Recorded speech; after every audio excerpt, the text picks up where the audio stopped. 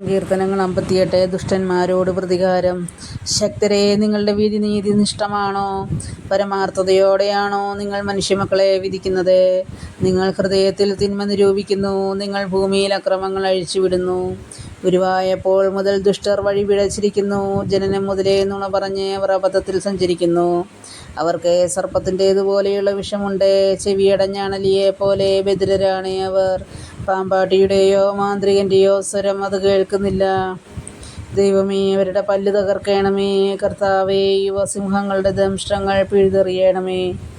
ഒഴുകിമറിയുന്ന ജലം പോലെ അവർ അപ്രത്യക്ഷരാകട്ടെ. പുല്ലുപോലെ അവർ ചവിട്ടി മെതിക്കപ്പെടുകയും മാഞ്ഞു പോവുകയും ചെയ്യട്ടെ.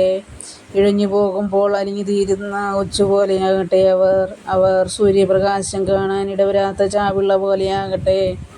നിങ്ങളുടെ കലത്തിന് ചൂടേൽക്കുന്നതിന് മുമ്പ് തന്നെ ചുള്ളിവിറകുകൾ പച്ചയും എരിയുന്നതും ഒന്നുപോലെ അവിടുന്ന് പറത്തിക്കളയും. പ്രതികാരം കണ്ട് നീതിമാൻ സന്തോഷിക്കും. ദുഷ്ടരുടെ രക്തത്തിൽ അവൻ കാലു കഴുകും.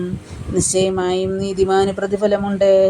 തീർച്ചയായും ഭൂമിയിൽ ന്യായം വിധിക്കുന്ന ഒരു ദൈവമുണ്ട് എന്ന് മനുഷ്യൻ പറയും.